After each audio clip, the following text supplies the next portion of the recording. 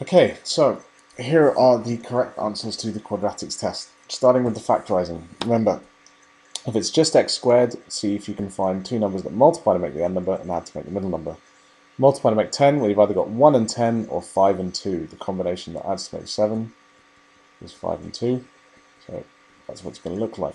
If you're solving this, if you're making this equal to 0, if x plus 5, x plus 2 is equal to 0, then you just need to make, well, if two things multiply to make 0, then only one of them has to be 0 for the whole thing to be 0, because 0 times anything is 0, right?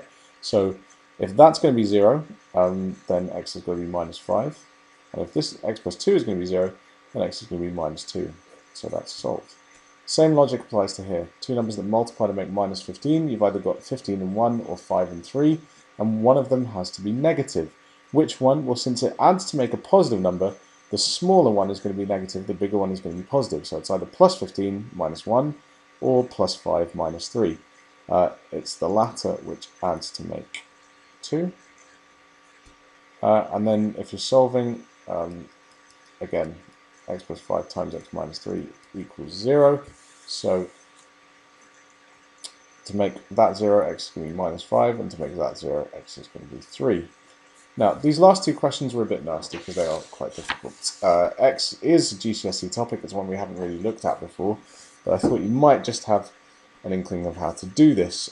We know it says using the results for parts A and C. Now, A and C factorized these two expressions, which then reappear in E. So if you write x squared plus 7x plus 10 is x plus 5x plus 2, and x squared plus 2x minus 15, the bottom bit as x plus 5x minus 3, you will notice that the top and bottom of a fraction both have x plus 5 in them. And one person, I think this may be Max, realized that if you have a product divided by a product, you can cancel those algebraic fractions down. So I'm just moving the camera. So you can divide top and bottom by x plus 5, which leaves you with x plus 2 over x minus 3. Can you cancel the x's? No. Could you cancel the numbers? No, because you've got sums. You can only cancel fractions when it's something times something over something times something. As soon as you've got sums involved, no good. So bracket times bracket over bracket times bracket, these two are the same, they're gone. But now with the pluses and minuses involved, no more cancelling. This is your final answer.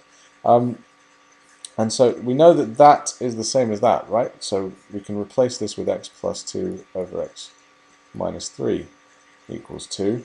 And then if we're going to solve this, you multiply up the denominator, because that's how we solve any equation with fractions in it.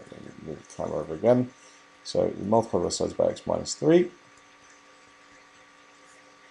Expand and simplify.